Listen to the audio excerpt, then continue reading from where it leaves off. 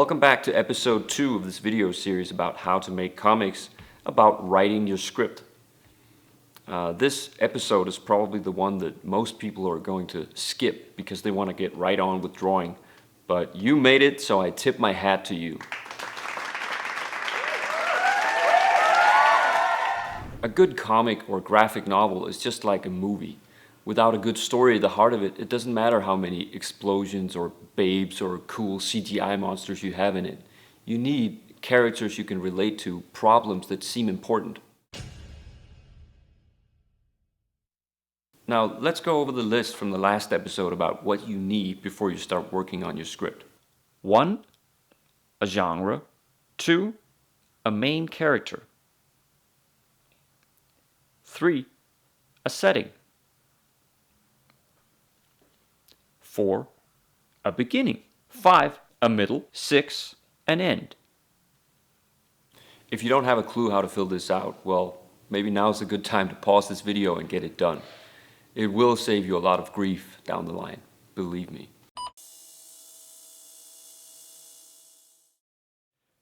So let's assume you have a loose idea of your story and your main character. What does he want? You need to figure out what's at stake for him or her. What will happen if he fails? Let's say he's applying for a job. What happens if he doesn't get it? He gets another job. Okay, pretty boring story. But what if he's about to lose his house and his son and his mom needs an operation, and if he doesn't get a job so he can pay for it, she dies? A little bit more interesting, right? This is what most screenwriters refer to as upping the stakes, making it important for your main character to succeed. If it's not important for him or her, why should we care about it? Sometimes going at your story from a different angle can be necessary. I sometimes do a test page just to get the idea of what the final book will look like. I also skip around quite a bit when I write the script. I might get an idea for a scene near the end while I'm working on the opening scene. I let myself jump out of it, knowing I can always jump back in. As long as you finish the script at some point, you have my permission to skip around, but don't start drawing actual pages with actual dialogue in them before your story is done. Drawing comics is hard work. You don't want to have to draw the same thing twice, and that will happen if your story is not all laid out beforehand. You don't want to have to go back and redraw things and do a lot of corrections. When you do that, 9 times out of 10, that makes you dump the project altogether. So, before you enter the glorious realm of drawing pages, take a good look at the entry sign here.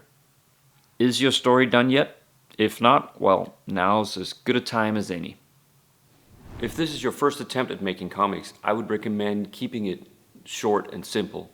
The story is about somebody who wants something and is having trouble getting it. That's the story.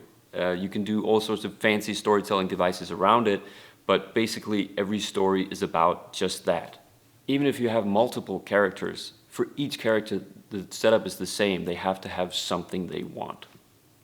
Most actual scripts contain these basic elements. Scene description. Where are we? What time of day is it? What's in the scene?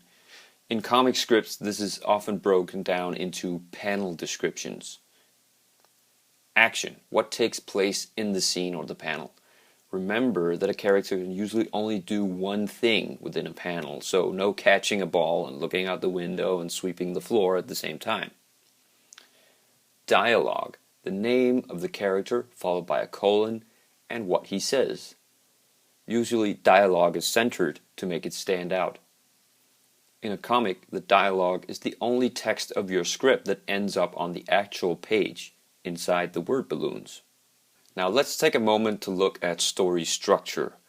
You may have heard of something called the 3-act structure, which is used in movies. But Hollywood has become such a huge influence on all of us that you find this structure almost anywhere these days. Dividing your story into manageable chunks, chapters, sequences, will help you as a writer, but also help the readers understand where they are in the story. The first sequence of a story is usually setting up the main character, the world he lives in, and a hint of the problems to come. Be careful not to let this sequence play for too long. We don't have to know everything right off the bat. Give your readers just enough information so that they can follow the story and relate to your characters. Within the first 10 minutes of a film and the first few pages of a comic, something out of the ordinary needs to happen, something to which our hero needs to react. Once our hero realizes that he has to solve this problem himself, he often has to go out of his comfort zone, go on a journey. When he goes from his ordinary world to a new, special world, he enters the second act of the story.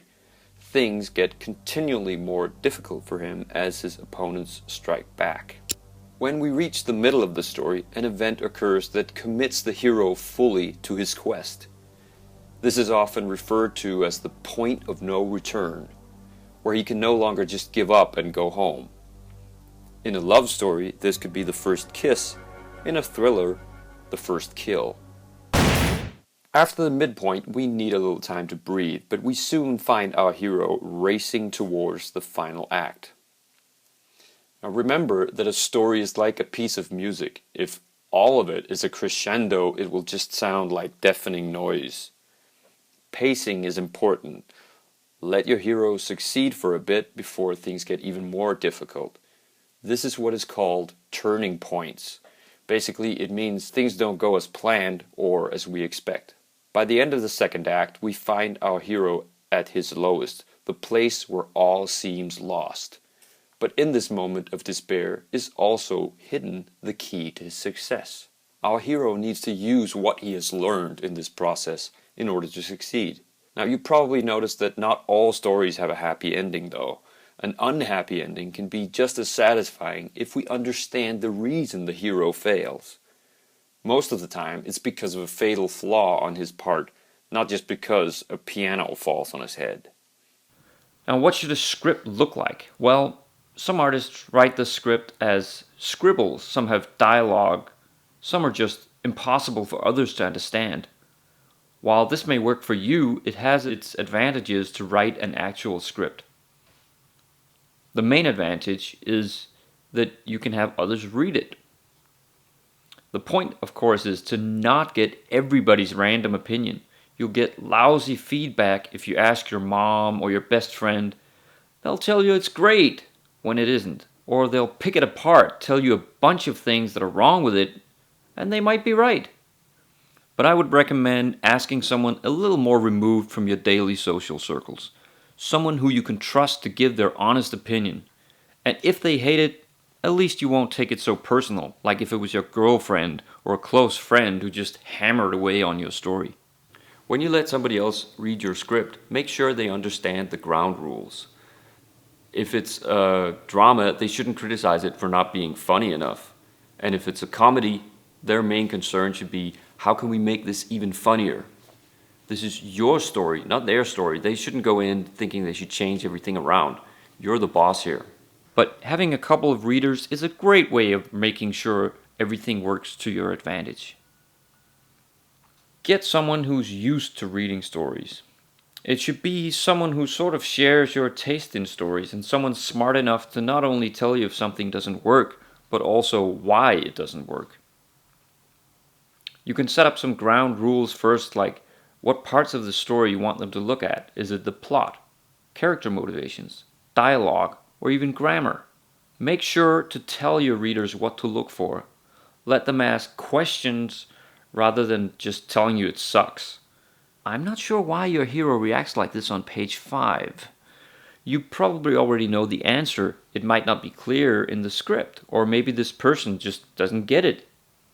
But if you get the same kind of feedback or criticism from several readers, that's when you have to think maybe there is a problem here. But as with everything else in this world, you really have to rely on your own judgment. If you don't have anyone's opinion that you can trust, ask yourself, is this funny enough, exciting enough? Well, how can you be objective about it when you just wrote it? Well, you can't. That's why the best thing you can do after you write a script is put it in a drawer and forget about it. Your brain is really good at forgetting things, you know. Put the script away for at least a couple of weeks. Try not to think about it. If you can start working on another story, that's great. Keep yourself busy. Then, after some time, Open up that drawer and you will look at your script with fresh eyes and you will be able to tell what's good and what's not. Believe me. Now I know this might seem like a lot of work, especially if you're just making a 3-page comic for your school paper. My stories are usually longer, that's why the whole script writing thing is really important to me. But I also just enjoy getting it right and not have to go back and redraw entire pages. Writing is a lot faster to do than actual drawing, so do the work now and it will save you time later. Smart, huh?